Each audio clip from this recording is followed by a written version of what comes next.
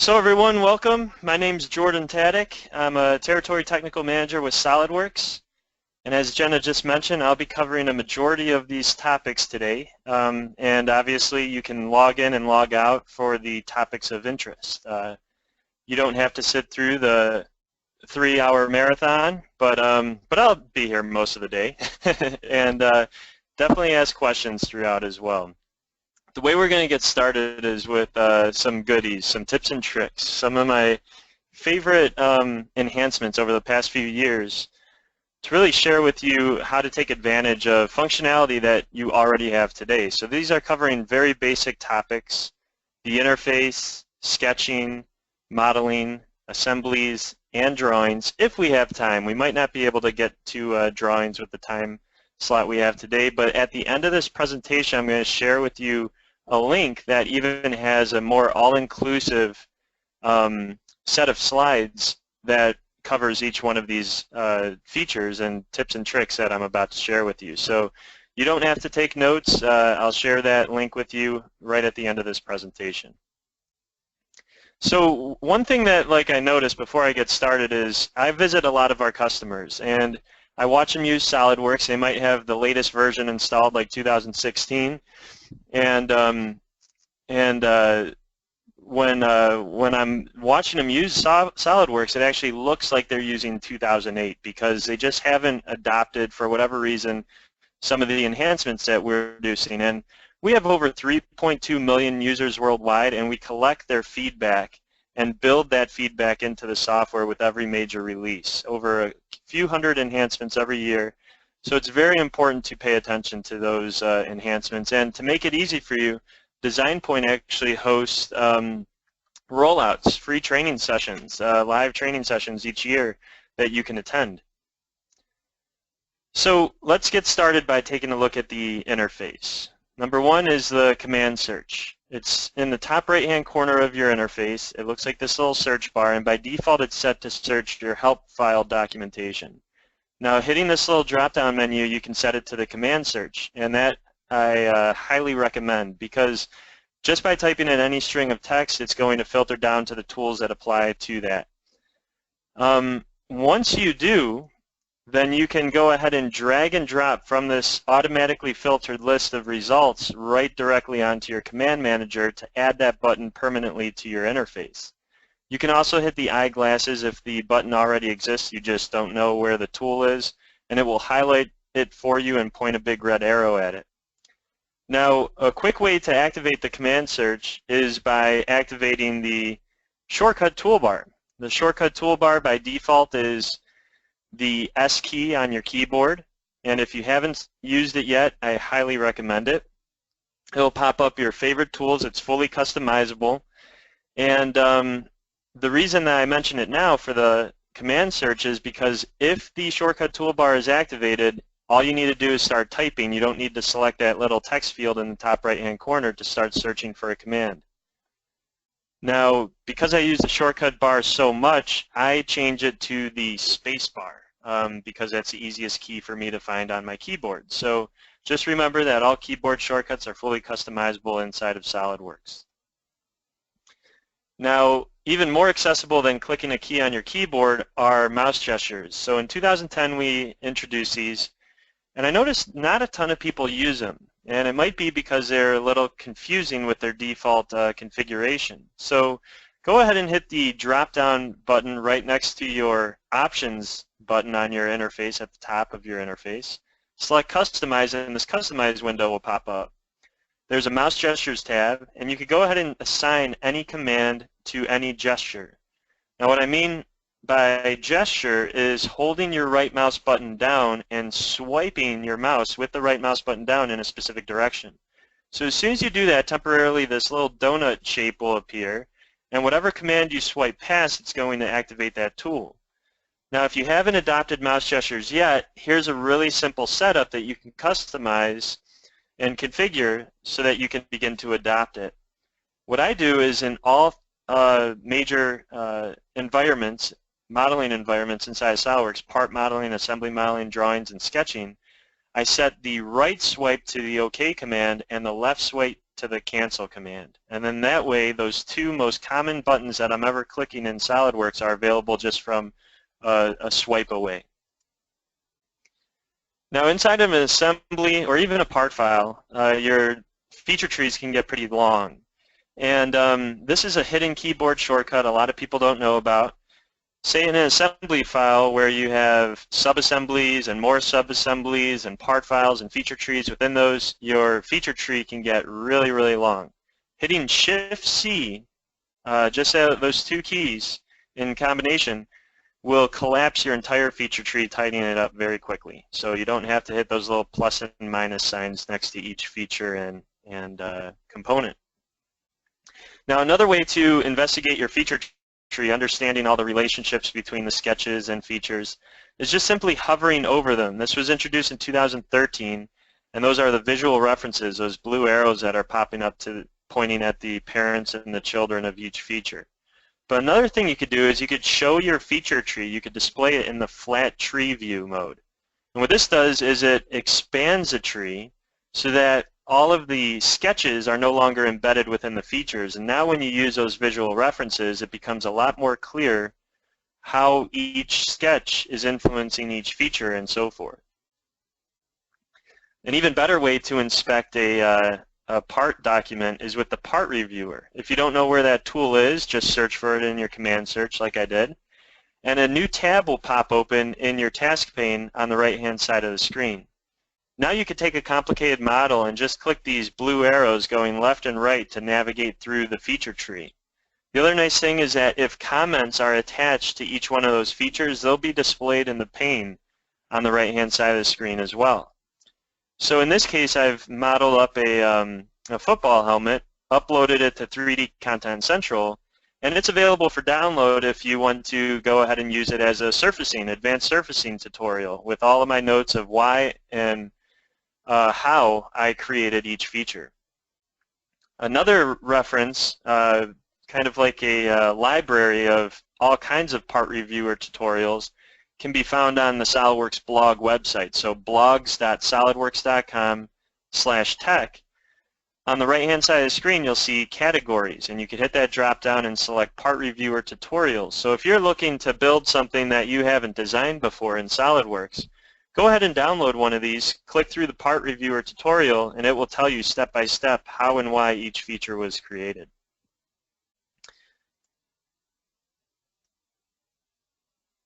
Something else that was added in 2015 are the favorites and selection sets. So in this case, what I could do is I could select maybe a common sketch that I'm editing over and over and over again that's buried somewhere in my feature tree and add it to a favorites folder that's easily accessible right at the top of my feature tree. So it doesn't matter the order or the structure of your feature tree. You can take whatever feature, pluck it out, and put it in your favorites folder just to make it more easily accessible. Now another new thing that was added is selection sets. So say if I'm selecting these 4 surfaces over and over and over again, I could just right-click after I've selected them and save that selection. Now from my selection sets folder, just one click and I've reselected all that. And you can make a combination of faces, edges, vertices, you name it. Just one click will recall that selection at any given time. Now when your part files start to get really large, their rebuild time can get longer and longer and longer because each one of those features needs to be calculated by SolidWorks. On the Evaluate tab, there's a feature statistics tool. But again, use your command search and just search feature or statistics and it'll come right up. Once you pull it up, it'll actually tell you how many features there are in a model, how many solid bodies, surface bodies, and most importantly, the total rebuild time. In this case, a model took 17 seconds to rebuild. But you'll notice over here is that same model with a rebuild time of just 1.04 seconds. And that is due to the feature freeze command, which I'm about to show you. And this was introduced in 2012, and it's probably underutilized because by default it's not enabled. So you do have to go in your System Options on the General tab and enable the freeze bar. Once you do, there's going to be a yellow bar at the top of all of your feature trees, and you could drag it downwards to go ahead and lock each one of the features that you know that you're not going to be editing or modifying. And what you're doing is you're telling SOLIDWORKS, these features are set in stone temporarily as long as the feature freeze bar is down. And I don't want you to be concerned about rebuilding it every time I make a change to the model. So you could essentially drag this all the way down your entire feature tree, and then that way when you're making downstream changes to later features, you're only calculating the features that need to be calculated, really speeding up your performance. Something else that's cool is we all know about the box selection mode, but in 2014 we introduced the lasso selection mode. So it's available from the right-click menu. Sometimes you don't want to create like a rectangular selection, you want to draw a custom profile. So that's cool. 2015, say if I selected all those and deselected them from the right-click menu, I can recall my previous selection. So how many times have you been clicking, control-clicking multiple items, and then maybe your finger just lets off that control key a little bit, and as you make the next selection, you've deselected everything you previously selected. Now you can right-click in 2015, select your previous selection, and it'll come right back to you. In 2013, we introduced this measuring mode. You'll notice this little, these two red dots connected by a black line. As long as that is activated, what that does is it takes a measurement rather than the closest points between two organically shaped faces. It actually measures from the arbitrary point that you clicked on each one of those surfaces. So precisely where you clicked on a face, that's where the measurement is from, and that's the point-to-point measuring mode, which is that little icon right there. Some people are most comfortable sketching in a 2D environment when they're looking straight or normal to the sketch plane. And if you're one of those people, then definitely take advantage of this system option, which is on the Sketch tab, Auto Rotate View Normal to Sketch Plane on Sketch Creation. You can turn that on and SOLIDWORKS will automatically zoom normal to your sketch plane every time you create a new sketch. Now Control Drag in the Windows operating system is the copy command. Similar in SOLIDWORKS, it does the same thing. If I Control Drag a plane, it creates an offset plane, and I can specify what distance that is offset from. I can even Control Drag a fillet from my feature tree onto another edge in my model to create another fillet with those same parameters and same radius and all of that. So pay attention to the Control Drag shortcut throughout the entire SOLIDWORKS interface because you could use it in a lot of places. Now another one not too many people know about is the Shift Drag. So from the feature tree I could hold down Shift and drag a feature into a new location, and this activates the Move command. I could even drag it onto another face of the model and it will maintain as many relationships as it possibly can. If it can't maintain one, then it will just go ahead and remove them, but for the most part, all relationships are maintained when doing this. Another good keyboard shortcut to be aware of is Control A. This works across all modeling environments, and all you have to do is pre-select either a vertice, or a vertex, edge, or a face, and then hit Control A and it will select the rest of those like entities throughout the entire model. If you do this in a drawing by selecting a dimension and hitting Control A, it'll select all the dimensions. If you do it in an assembly and select a component, it'll select all components. So the Select All keyboard shortcut again is Control A. All right, let's move on to sketching. In this case, prior releases, you'd have to select the arc and the line to be able to apply a tangent relationship. Now you could select the point that intersects the two of them and apply it very quickly. Also, with horizontal and vertical relationships, they're actually highlighted and recommended on the shortcut bar based on what orientation that model edge is currently located in. For moving sketch entities, you can just go ahead and Control Drag them. Now if I Control Drag them, it will copy them, but if I Control Drag and then release the Control key before I actually release my mouse button, it will just simply move those entities to a new location. So even if they're all underdefined, you can move them at once in unison just by Control Dragging them and paying attention to when you release the Control key. It's a really useful keyboard shortcut for relocating sketch entities. Disabling automatic relationships can be really useful sometimes because maybe you don't want to add a coincident relationship to a really busy sketch that you're sketching around. Holding down the control key will automatically disable or temporarily disable the sketch relationships. Now, a lot of people know about the power trim tool, but how many of you knew that if you hold down Shift while using the power trim tool, it actually turns itself into the power extend tool? So this is really simple. Just holding down Shift and swiping across entities, you can extend them to the next surrounding entity. Now, you could get a little trigger happy when you're deleting a bunch of geometry with the power trim tool. So in this case, I'll trim away all the filled corners and then also the entities. But if I want to bring them back, all you have to do is swipe past those little red dots, and then they come right back. So that's a good thing to pay attention to. You don't have to exit the entire command and redo it. So look at those little dots. As soon as I swipe back over them, the entity will come back. A path length dimension was introduced in 2014. You may or may not know about this. If I select a chain of entities and then search in my command search for path length dimension, I can apply one. Now, this isn't just a measurement. This is actually a parametric dimension, so it could become a driving dimension.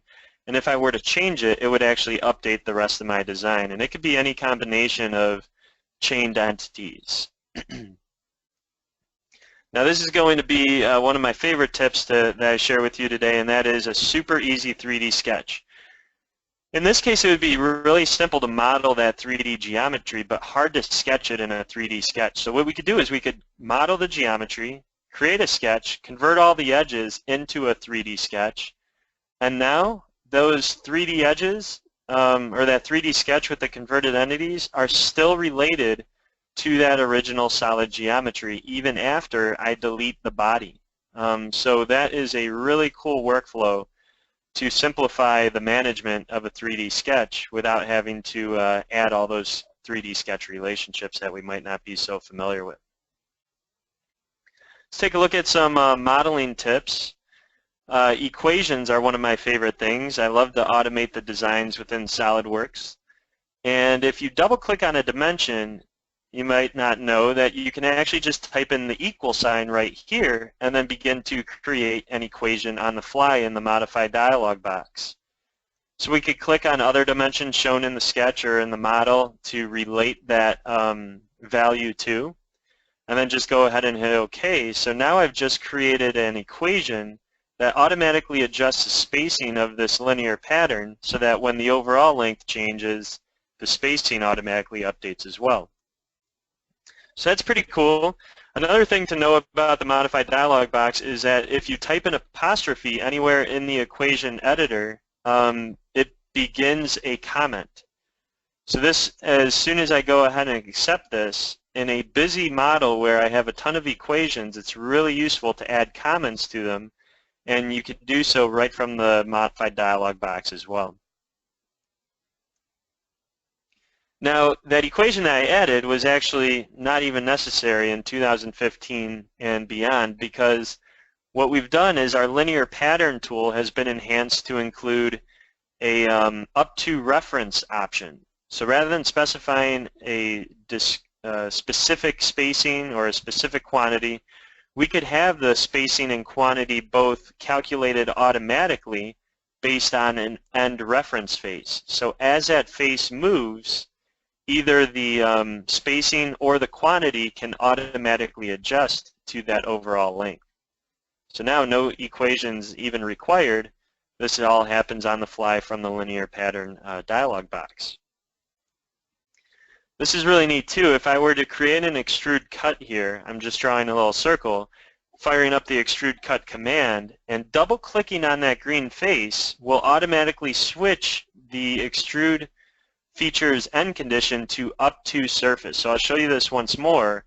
I'm just going to, normally the end condition is blind, but if I double click on that face, it sets it to up to surface and it selects that surface very easily. Swiping to the right with my mouse gesture will OK the command to exit out of it and accept the changes. Here's a different way of thinking, and multi-body modeling has been around a long time, but not everyone really takes advantage of its full capabilities. And that is, sometimes it's easier to model the negative space, like in this case we're making a manifold and I'm modeling the ports as solid geometry. Then I could go ahead and model a block, and the key here is when I extrude that block, I just want to deselect merge result so that I have actually 3 solid bodies in my single part file. Then I can use a combine feature to subtract the internal volumes from the block. And now that could give you a lot easier working environment as you're modifying and tweaking and designing those ports. You could just pay attention to them rather than having to deal with all the geometry surrounding them. Multi-body modeling is also the key to creating a perfectly symmetric model. We can go ahead and model all the features from one side to the other, but it's much easier to just model or mirror the entire body at one point in time over to the other side, and then it acts really as a quality check, ensuring that every feature on the left is mirrored over to the right. And in this case, if I created a new feature and dragged it above the mirror feature, that's all I'd have to do to ensure that it was mirrored over to the other side of the component. Now, in 2016, FeatureWorks is available to everyone, whereas prior releases, it was only available in the SOLIDWORKS Professional package. So here, if you ever deal with imported geometry, but you want some parameters to be able to modify it, all you have to do is go ahead and click on that geometry and hit the Edit feature from the pop-up toolbar. I'll show you this once more. I'm clicking on this chamfer, hitting Edit feature. Even though there's no feature there in the feature tree, SOLIDWORKS will create one. Same with the hole, so that I can go ahead and edit the parameters of each one of those, and we're building into our part and parameters that give us a control to modify it. Now look at that little sliver of a face at the end of this swept cut. A lot of us would maybe try to create an extrusion or something like that, but all we have to do is activate a surfacing tool, delete face. That's actually available from the right-click menu. Deleting and patching it will extend all the surrounding faces while removing the face that we selected on. You could do this with multiple faces at once. This is a really quick way in a lot of cases to remove some, extra geometry that we don't really need in our models. Okay, I just want to go through this assembly as suspected. I'm probably not going to have time to get to the drawings, but I'll bring up the link to this presentation in just a little bit. Say you have 5,000, 10,000 components in an assembly. It could take a while to open and load that entire assembly, but not if you're using large design review. So that is a really cool mode that SOLIDWORKS introduced in 2012 that allows you to open up huge assemblies for reference in just seconds. So pay attention to that. And that's on the Open Dialog menu. Another thing that we introduced a while ago was the Property Tab Builder, but what you might not have known about it, the Property Tab Builder is a simple form allowing you to add properties to each one of your files. But if you use it inside of an assembly, you could pre-select a bunch of components and then start typing into these fields and apply them, and you can mass apply properties to multiple components at once within an assembly. Another tool in assemblies that's greatly underutilized is assembly visualization. You could think of this as an interactive bill of materials. And you could add any property to the columns available inside of this interactive bill of materials and sort by those properties. Not only that, but filter by them as well. In this case, I've got it sorted by mass, and I drag the top bar down to only show me anything that's less than a pound in weight throughout the entire model. In this case, I'm also going to add the SOLIDWORKS rebuild time.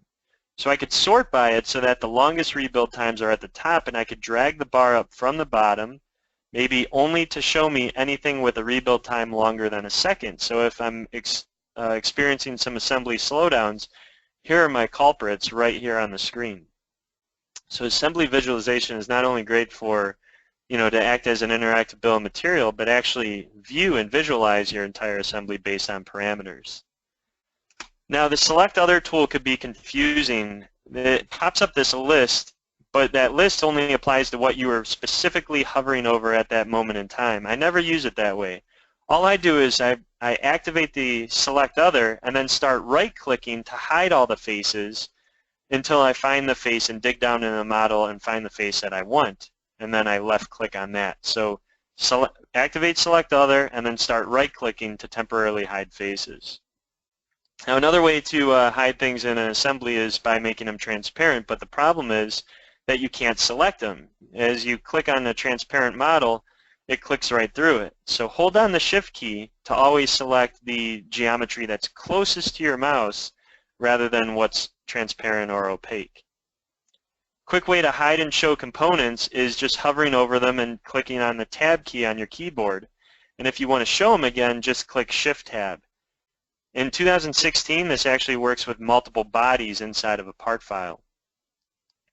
And one of the easiest things about sketching in SOLIDWORKS is the quick relationships on the pop-up toolbar, automatically filtering down to whatever applies. But in 2014, we actually added quick mates to allow you to quickly mate just like you can quickly add relationships inside of a sketch.